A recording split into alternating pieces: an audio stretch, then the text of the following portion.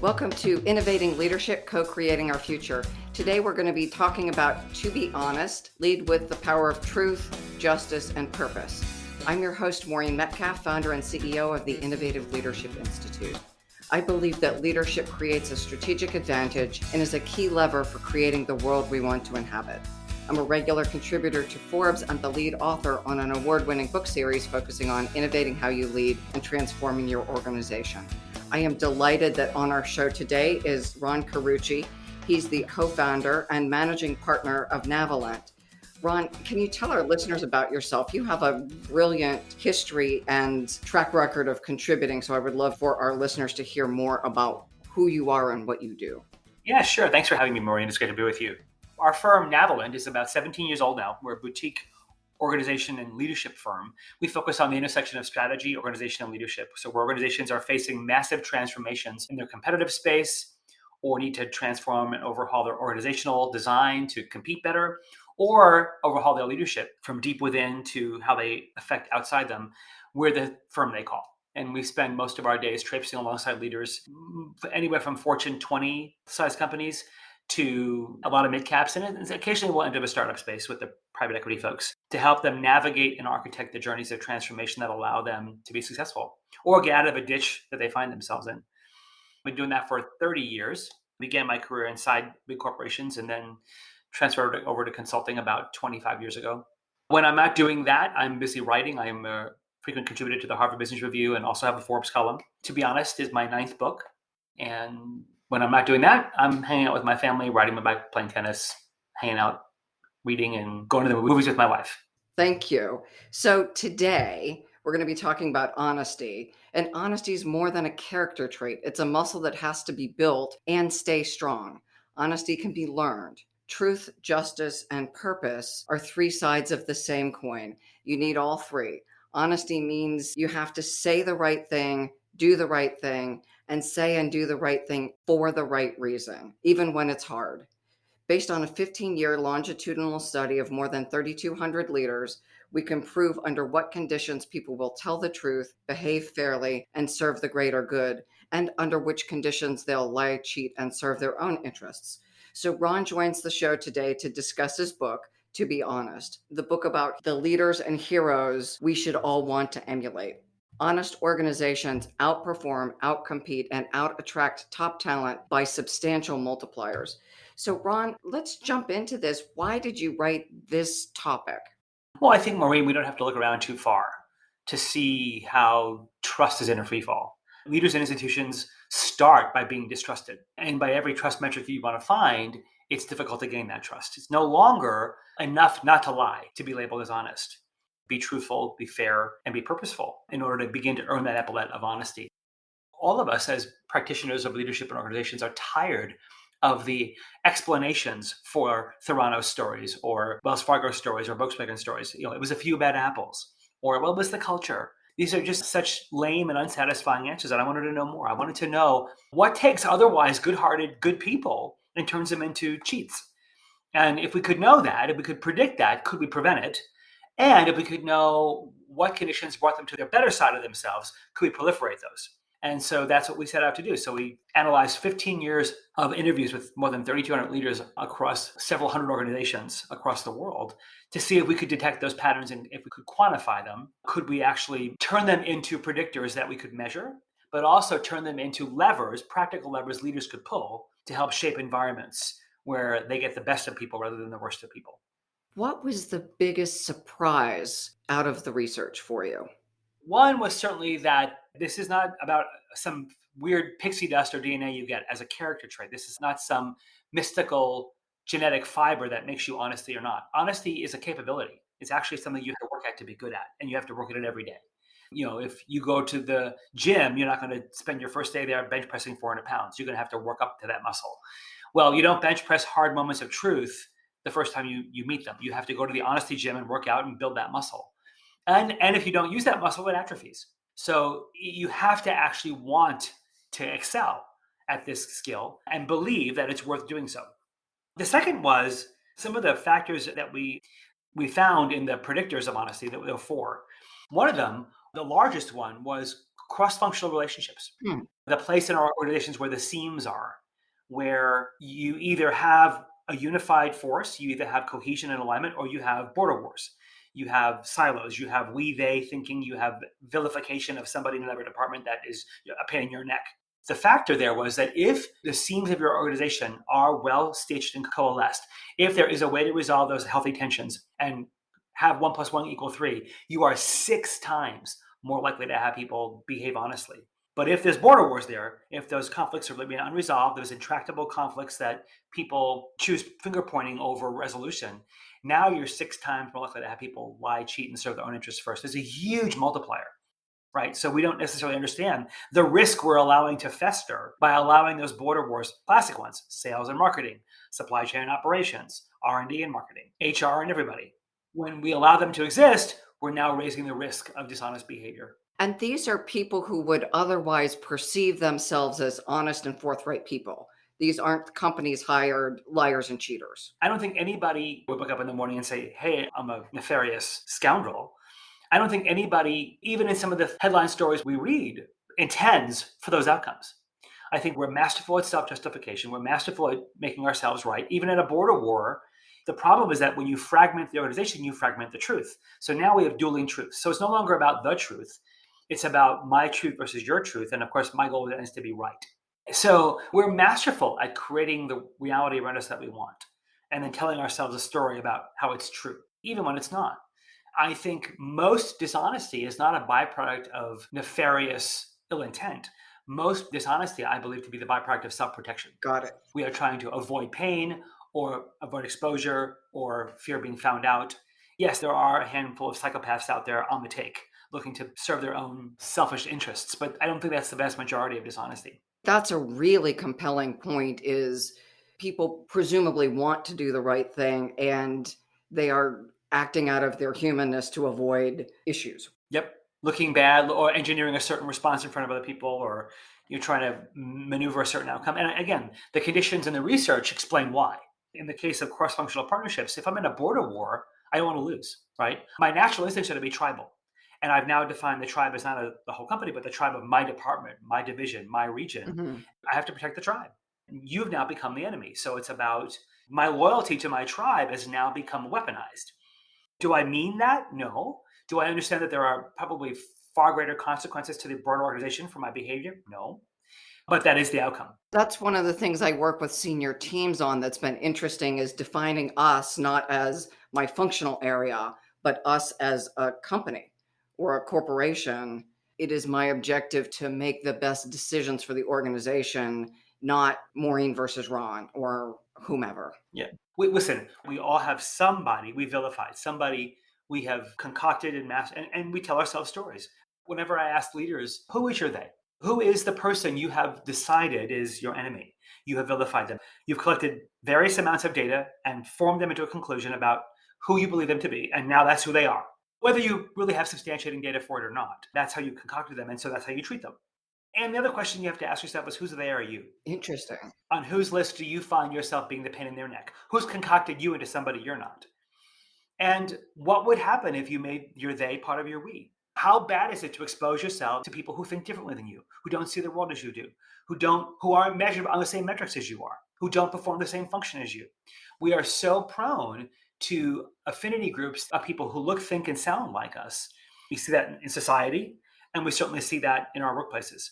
So, what would it take for you to walk across a border, walk across some part of your organization into a land you weren't welcome in, into a place of people not like you, and see the world from their point of view? And I think people are so worried about listening and understanding, the fear of what happens if I don't shun them? They think I condone what they're doing. Doesn't mean that at all. It just means that you're open-minded to hear what they have to say, to see how they think, to see why you're a pain in their neck. And whenever I do we call seam startups in organizations to help bring those seams together, you inevitably hear a litany of, I had no idea you did that. That's why you measure that? That's why you're so mad at me all the time. That's why it's late. You hear all these conclusions or eureka moments of a vast array of information that fills in all the blanks that you filled in with made up information. And now you're not a villain anymore. Now you're just Marine. So it sounds like there is a combination then of a facilitated process and an individual practice I would need to do. There are systemic factors. So certainly you have to look at the systemic issues around, are there competing metrics that are causing a rivalry, right? So we always want to look at the personality aspects of these, in this case, the border wars. But the reality is that sometimes they're designed to fight. Mhm. If you have one group measured on quality, one group being measured on speed, sales being measured on next quarter's results, marketing being measured on vague brand metrics. In one digital marketing global powerhouse I work with, you had one group being measured on driving traffic, one group being measured on conversion. Two different data sets in customer analytics that had to work together, but they wouldn't share the data because they didn't want to be outmaneuvered. If there are systemic factors, processes that don't sync up, governance mechanisms that don't align, resource allocation processes that compete. If there are systemic factors, you have to look at those as well. And then, yes, you have to take it down to your own individual practices. How do you treat people who are not like you? How do you treat people who you believe you have reason to vilify? How do you suspend that disbelief and rethink the conclusions that you've drawn? Are you seeing an acceleration of challenge given the political polarization and some of the things happening in our communities right now? Absolutely. I think that's all coming into the workplace. I think we're definitely seeing the politicization of work, people walking on eggshells, people not wanting to have hard conversations, and people are afraid of it. And because organizations aren't getting good at creating the environments in which transparency and open dialogue can happen, people are taking to the streets, they're taking to social media, right? And we have confused the world by telling them that speaking your truth is the same as speaking the truth, Yeah. and they can no longer make a distinction. So they think that if I adopt the posture of a big middle finger and go rant, that somehow I've now found my voice. There's a lot of controversy about whether or not employee activism is a form of employee voice.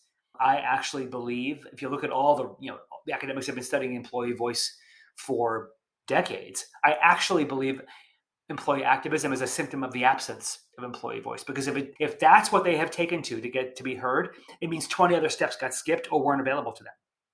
Companies are all thrilled to have their employees be activists for other causes, but the minute that activism turns on them, they shut it down, right? Google, Facebook, there's litany of companies who were all for causes, but when you became the cause, they didn't want that. And the research would suggest that there's employee activism as a form of influencing change rarely yields much. Oh, that's interesting because people clearly become activists because they want to make an impact. Right. Look at Wayfair, look at endless stories in the last 4 or 5 years where it did not amount to much reasonable change. That's just not a way organizations are prepared to hear concerns. Now, the question the organization has to ask itself is, why did it take this? Why were there no other forums or channels for these people to have their voice heard or to share their concerns? Why did they take to the streets? Or now, look at Facebook's the leaked memo about leaking, right? Facebook saying, please don't leak this, right? So leaking has become the new whistleblowing. Why does it take that? Have we trained a generation of people to think that your opinion automatically is right? Have we over-conditioned people to think that every opinion you have has to be heard and acted upon? Or have we not trained people enough to realize you have a civil right to be civilly heard? It doesn't mean you have to be agreed with. And it is upping the ante on organizations to have to, when they put in place policies, to have to justify them, to make them reasonable. And the big one these days is mandated vaccinations, the flexibility of working from home policies as we open offices, right? If those feel capricious, whimsical, or somebody's random preference, employees aren't going to hear it. Some current research I'm doing right now on retention, on this resignation mass exiting thing, what I'm finding is people can hear a policy that disappoints them if you can clearly say why the business benefits from it. That this is the reason we have to do it this way. If you can't make it clear that the rationale behind we need you in the office 3 days, whatever it is in the service of our business, people automatically assume this is a random choice. And you certainly can't make the productivity case anymore. For 18 months, we proved that wasn't the issue. So when you do the whole, we're a better team when we're together thing, or we just need to have people in the office because it's better for us, people aren't going to buy it. Well, and they have choices. And for the first time, they're actually acting on that agency. They're acting on those choices. Mhm. And it's scaring employers because, in some cases, for the companies that are experiencing mass resignations, it's their best talent that's quitting and leaving. Their worst talent is quitting and staying. The other thing that strikes me as I listen to you is this belief that authenticity is a positive quality. And in some cases, it is. But if I am authentically, absolutely outraged about something, You use the word civil. Yeah. I can be authentically pissed off. I still have to be civil when interacting with people.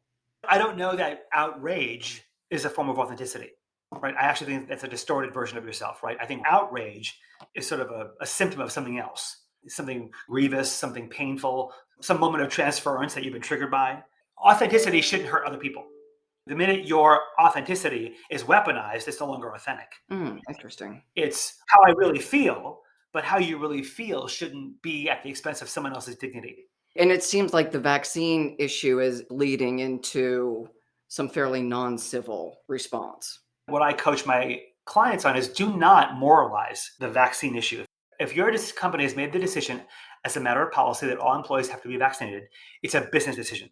The minute you moralize it, the minute you make it an issue of ethics, you weaponize it. And the people who don't want the vaccine will entrench further. Be prepared that if people don't want to be vaccinated, they may leave. And that's the business decision you have made. And it better be based on in sound business rationale for your business, for the customers you serve, for the products you make, for the environments you create. That's your choice. Some organizations are finding ways to say, okay, if you don't choose to be vaccinated, you have to get a COVID test every week and come proving that you have a negative test. It's an alternative, right? So they're trying to create maneuvering room in the service of keeping people healthy and safe. Some companies may not have that luxury because of the customers they serve or the markets in which they work. But you cannot make this a moral or ethical issue because at that point, then you're forcing a polarization that isn't helpful. We're still seeing protests as nurses. Yeah. If you're interacting with patients who are ill, which is why they're in your hospital, one could make a business decision. I'm not getting into moral and ethical conversations here either, Yeah. but one could make that business decision. It's a complicated issue for sure. That I think is where the honesty comes back is it is easy to get twisted up if I haven't built the muscle, just like I'm not going to go bench press 400 pounds if I haven't been to the gym. Sounds like one of those areas where I need to have done a little bit of working out before I lift this one. Yeah. Very true. Very true. So you mentioned the 4 conditions your research uncovered. Can you give those to us again? One, they're cross-functional relationships. The other 3 were clarity and identity, meaning be who you say you are. We all have missions and purposes and values. We have statements we make that are promises about our organizations to those we serve, to those we employ. When the actions and words of those promises match, you are 3 times more likely to have people be honest. Honest is defined as truth, justice, and purpose, not lying. But when those actions and words don't match, when you have now institutionalized duplicity, you have said to people, yeah, around here we say one thing, but we do another. You've now told people it's okay to do that. And now you're 3 times more likely to have people be dishonest. The second was dignity and fairness and accountability. So when I feel like my contributions are discussed in a dignified and just way, meaning my chance of being successful is the same as anybody else's here, that my contributions are evaluated and talked about in fair and dignified ways, you're 4 times more likely to have people be honest. But when I feel like the playing field's unlevel, when there are capricious metrics used against me, when I feel like there are privileged roles here or privileged places that I'm not part of that disadvantage me, when I feel like I have been a cog in a wheel or put in a category or I'm made to be invisible in my contributions, now you're 4 times more likely to have people be dishonest because now I have to embellish my accomplishments or hide my mistakes as a way to keep up. The challenge with that one is that our work has so dramatically changed in the last 30 years. Many of our systems were built for an era when people were doing repeatable work, right? When it was how many claims you processed today, how many cases you closed, how many t-shirts you printed. And today, my remit is no longer repeatable, predictable work. My remit is as unique as I am. It's my analysis, my ideas, my creativity, my breakthrough solution, my perspective. And so our systems in the past separated the contribution from the contributor as a way to make it fair, right? Sameness equaled fairness.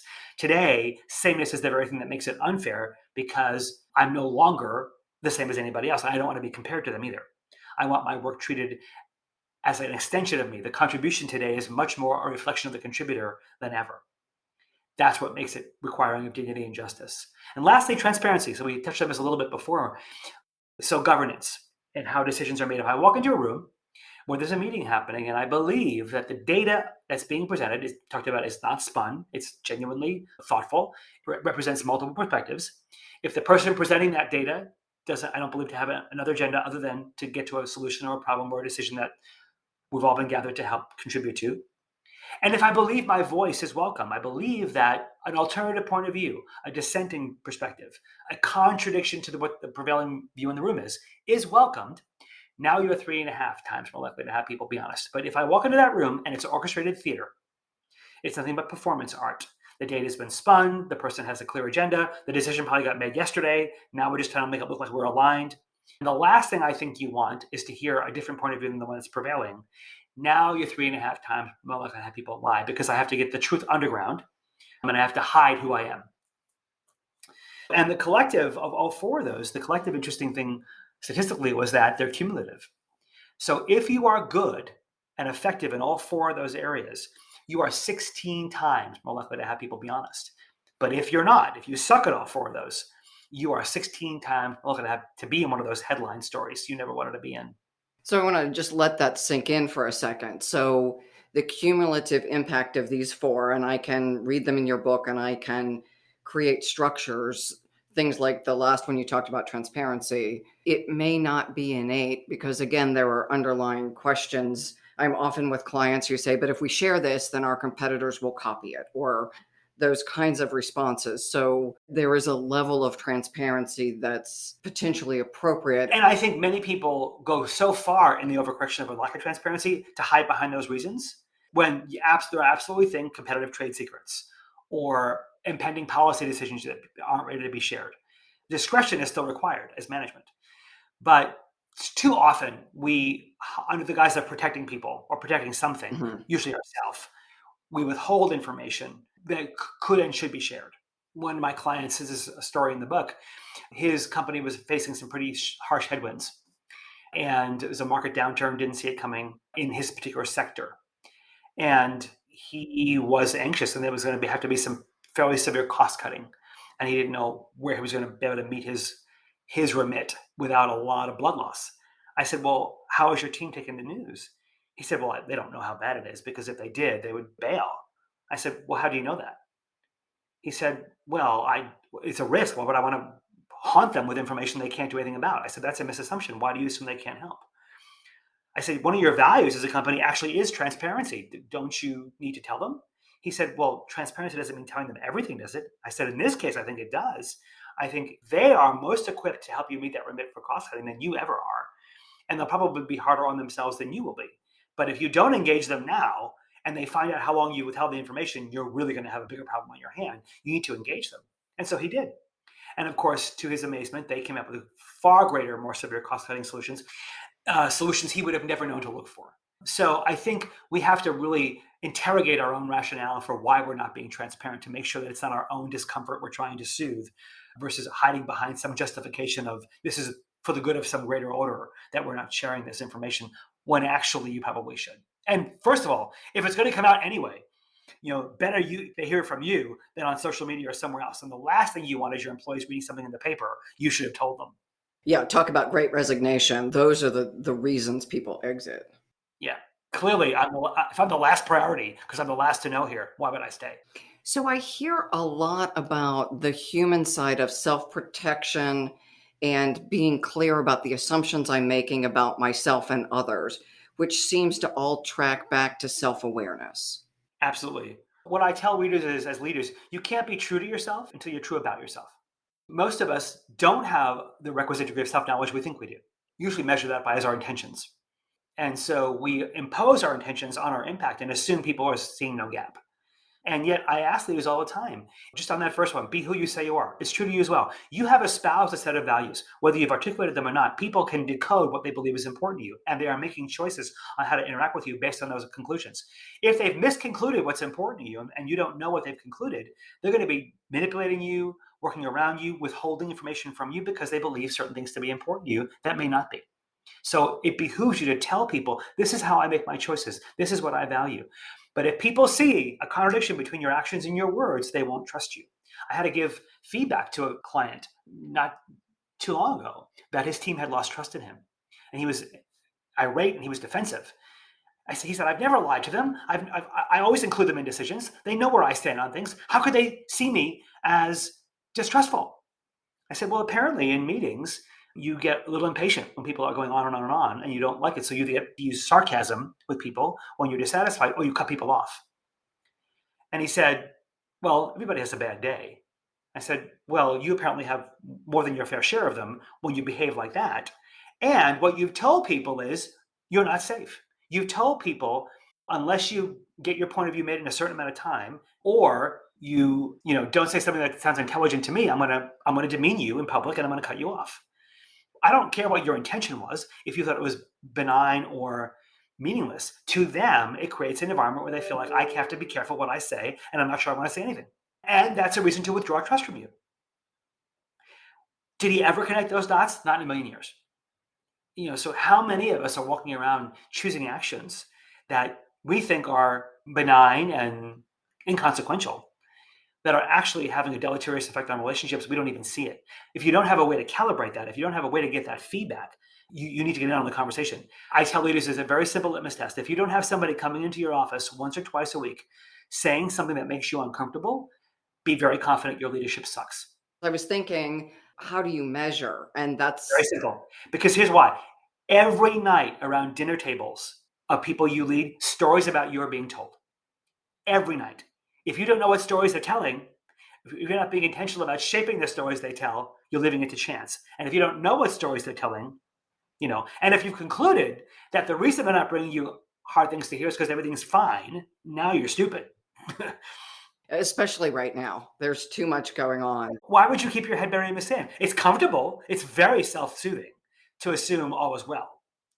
But they're telling somebody. Mhm. If you haven't made it safe enough for it to be you, you should ask yourself why. Well, and even worse when they're telling their friends on social media. Yeah, glass door. Yeah. It may not be fair, but when Uber introduced rating of the passenger by the driver, it's a ratingful world. Not all ratings are created equal. Just because someone puts a nasty tweet out there about you doesn't make it true.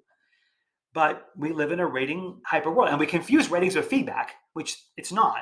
But your best offense against all that other stuff is to create a direct pathway to your door and make it a safe place for dangerous truths to be told so that you don't have to worry about it winding up in some other place and being concocted and distorted in ways that you didn't intend. And it's hard to bring it back. Maureen, you can't. Once it's out, Mhm. walking it back it may dissipate to the next news cycle and it may die down, but the wound is there.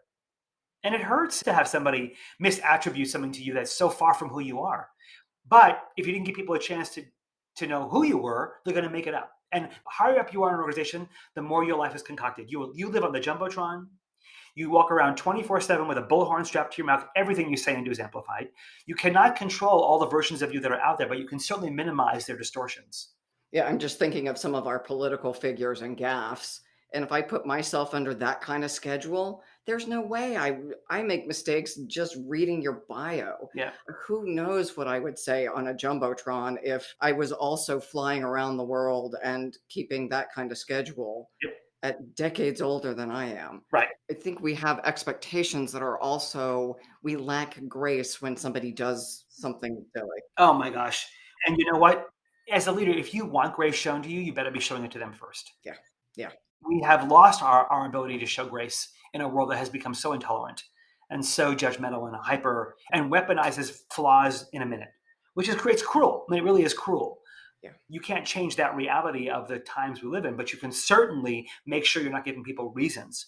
You know you're imperfect. People fear you don't know it, right? So before they have to find out how you're imperfect, just announce it, saying, hey, I stutter sometimes, or hey, I get tired sometimes, or hey, I may need you to remind me Mhm. I'm flawed. So please show me some grace. I will show you the same when you make mistakes. How do you do that? And I'm curious because occasionally I'll get the feedback when I do something like that, that I'm minimizing my credibility by saying I'm human. But in fact, I am human and I am going to do something that's forgetful. Maureen, I wish if I could have leaders learn one thing, I wish they would appreciate that their vulnerability and their humanity is one of their greatest sources of credibility. They are not credibility killers. Hiding them is a credibility killer because people are observing them every day. And the only conclusion they can then draw is that you're not aware of them. Oh, I'm painfully aware of mine. And if they're significant and you keep saying, I'm working on them when you're not, that's also a problem. But if they're just part and parcel of our humanity, asking forgiveness and grace is an incredible source of credibility. People want to know that it's safe for them to be human themselves. And if you're setting the example of hiding that humanity, they feel like they have to hide theirs. By showing yours, you invite them to bring theirs. And that's the safest place to get their best work. Because when I bring all of me, my flaws included, to work, it's the best version of me, which gives me the chance to bring my best ideas and best thinking. Yes, with that, you get my skin and knees too. But I'd rather have that than part of my best self and hiding your worst self. Well, and then no cover-ups required. If I know I'm working with you and I can say, "Hey, I blew it." I blew it. And now we can get on with fixing it, Yeah. right? It's a great word, cover up, Maureen. Think about the amount of sophisticated creativity and energy that has to go into doing that and then sustaining it and remembering what lies you told who. All that capacity could get channeled into something productive, but it's now being diverted into this mass illusion, this mass sleight of hand maneuver. And it's exhausting. Don't give people the reason to need to do that. It sounds so simple, and yet there's so much on the line if I'm genuine and I get exited. It's hard. And you have to be ready for sometimes in toxic environments, your values will cost you. But you know what? The reason I wrote this book of heroes is I didn't want to tell how it all goes wrong. I wanted to talk about people who are living these things. I wanted to talk about the organizations and leaders who are displaying them in their full humanity and imperfection, how they're embodying these principles, both individually and collectively, so that we could follow them, so that we could be inspired by them. It was an incredible thrill to curate the stories of such extraordinary human beings from all over the world. And there are people who give us a blueprint. They give us a roadmap, how to live for and defend our values. And sometimes you have to wake up and recognize you're in an environment that is not conducive to you living by those values, and you shouldn't be in it. There's a lot of neuroscience in the book. I wanted to understand how our brains are wired. We could learn some really fascinating things about our brains. One of them is we're naturally wired for honesty. Our brains thrive at their best when we're being honest. The problem is when we're put into environments that are less than honest, eventually we will succumb because our need to belong and our need to conform is stronger. Thus, the metaphor of a slippery slope. And as Dan Ariely says, we don't have slippery ascents. And unfortunately, like our cell phones do, our brains don't come wired with a button that says restore factory settings. So, you have to get out of that environment to restore your natural proclivity to the honesty you want to bring to the world and redeem the story. I tell a story early in the book of a job, one of my very first jobs, I had to quit because I was out delivering these programs to people. And eventually I realized I was lying to people. I wanted to believe what I was saying was true. I wanted to believe the transformation I was supporting for the CEO of a large energy company was real. But in my gut, I knew that it was flawed and there was deceit involved. Even if it was well-intended deceit, I couldn't stay. I had to make a hard choice to move on because if I stayed, I know I'd keep doing it. There was a place earlier in my career where I had a boss ask me to tell our team something that was patently untrue. I did. We had a mass exodus, and it's one of my worst moments that to belong, to keep my job, I told an untruth that led to people suffering. Mm. It's so painful. And it shaped partially my decision to run my own company. That I don't want to be in an environment that my ability to thrive and Yeah. not get rich, pay the bills, right? That this was about, especially early career where you're paying off student loans and buying a car and stuff. And folks are making those decisions every single day, balancing career choices and honesty, which I think is back to we don't often talk about the environment that provokes dishonesty and links your economic survival with inappropriate behavior. Yep. Well, and the reality is that how many more case studies do we need to show that it's a false correlation? It may work for a season, but it's not sustainable. And in this environment, you're going to get caught. Tell yourself this won't get exposed is just a fool's errand today.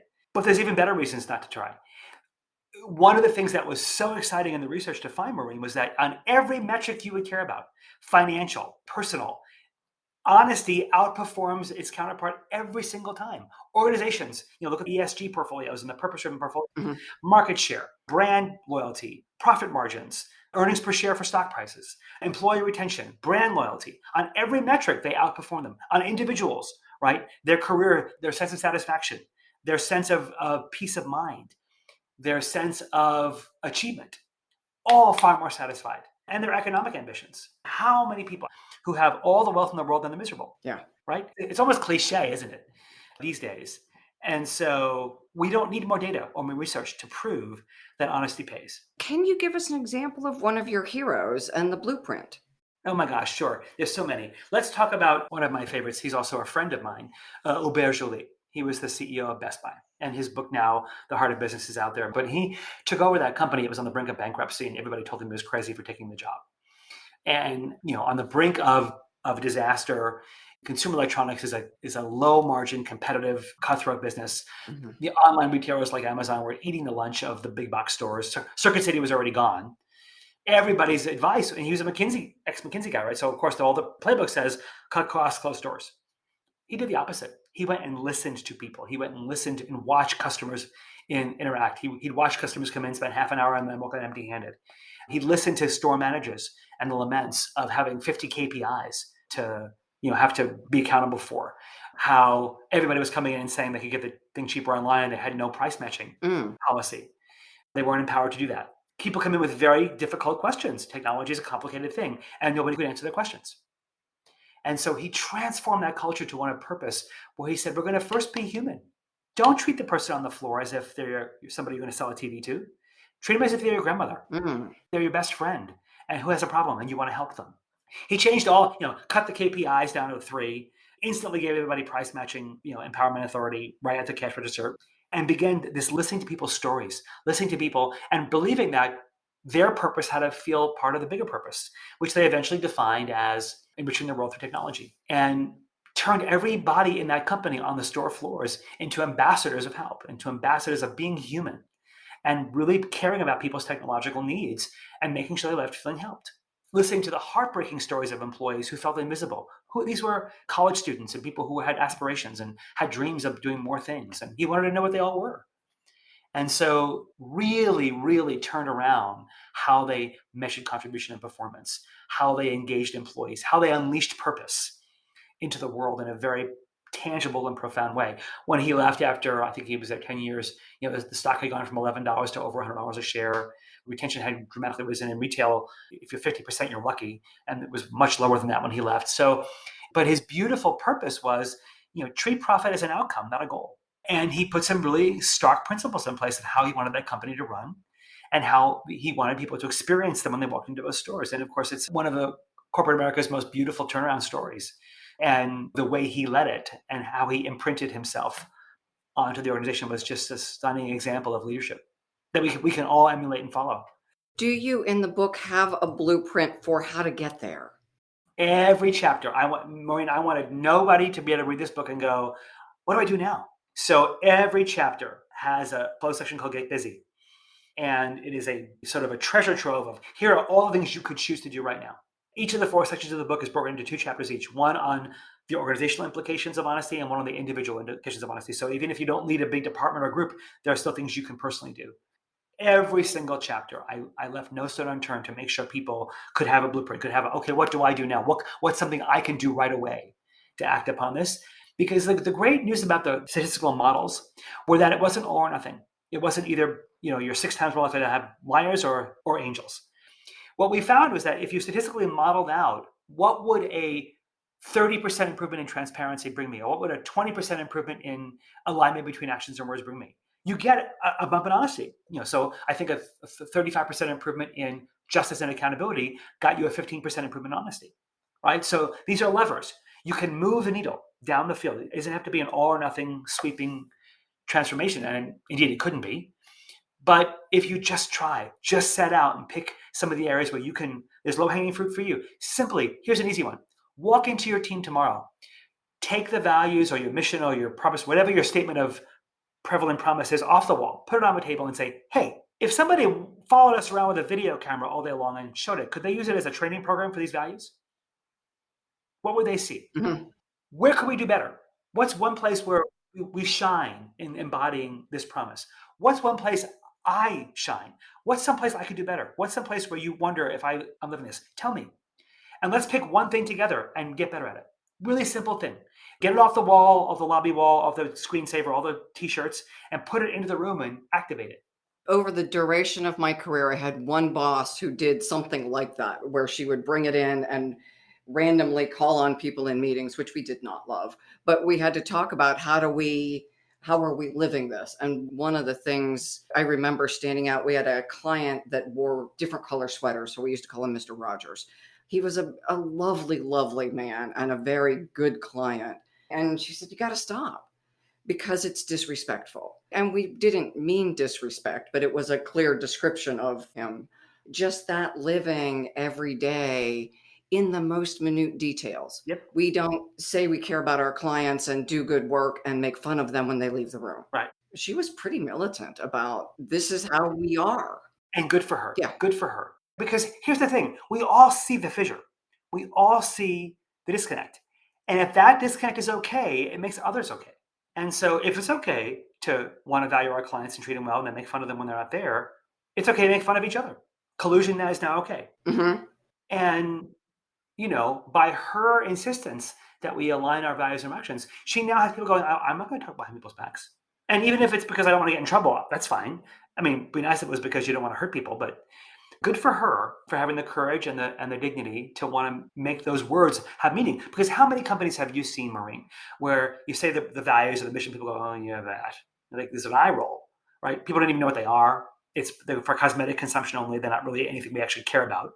Or they take the wallet card out when you ask them. Get the wallet cut out. Yeah, exactly right. Occasionally, you might find them mentioned in a performance appraisal on a list where you check off boxes, but there's no real teeth to them.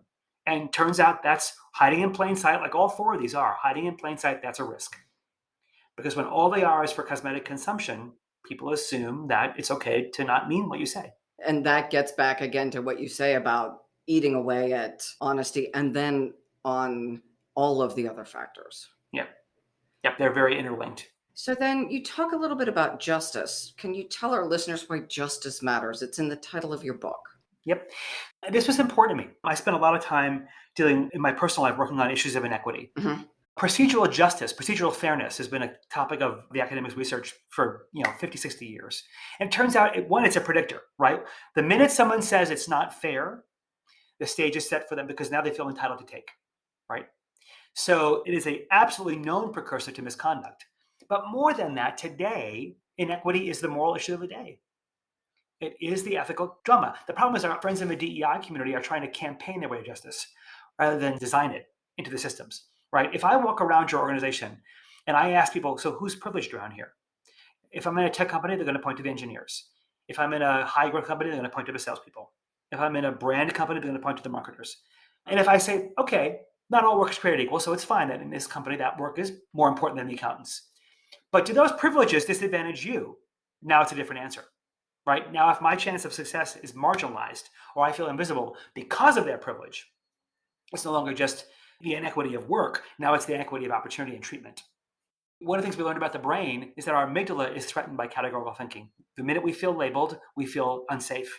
I was working with a client he was a rising star on his way to be a successor to a major job. I was his coach. I intentionally scheduled one of our coaching sessions to follow his performance review because I wanted to debrief with him.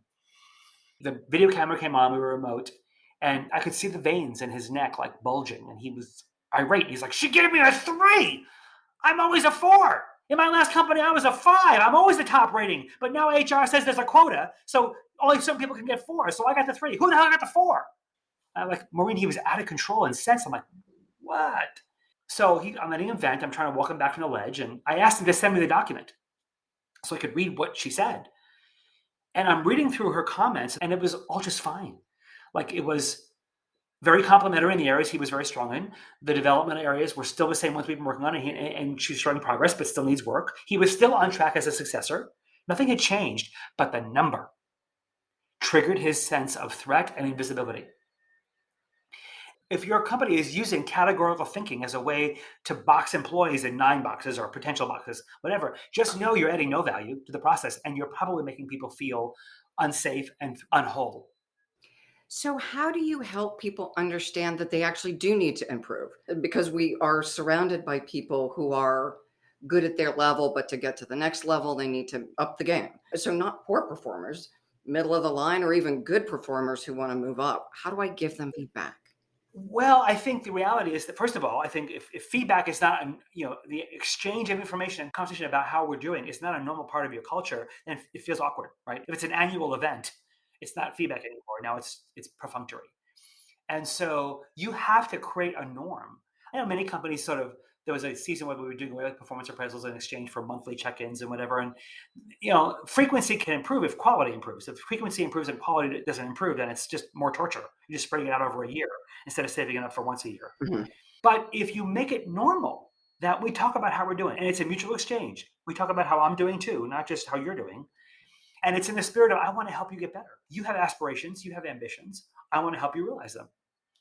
And so it's more of a, as Marshall Goldsmith calls it, feed forward, not feedback. Mm. For somebody who has not manifested their ambitions, if somebody who's sort of like marking time and likes to punch a clock, and I want to understand a little bit more about what gets them up in the morning, because everybody has some sense of wanting meaning in the world. Nobody wants to feel futile. Nobody wants to wake up in the morning and feel like I'm just consuming oxygen in the room. But many people do and don't even realize it, right? So how many men, especially white men, are we seeing wake up in their mid-50s and the suicide rates are off the charts because suddenly they're getting to be toward the end of their career and realizing, what was it all for? And so if you've not helped somebody activate their own sense of meaning in the world, their own sense of purpose in the world, then that is part of your job, to find out what gets people excited. What about the work they're doing makes them feel like their significance is met? Their sense of unique contribution in the world is satisfied. When they go home at night, they feel proud. Because if you haven't tapped into that, then it's your job as a leader to know that.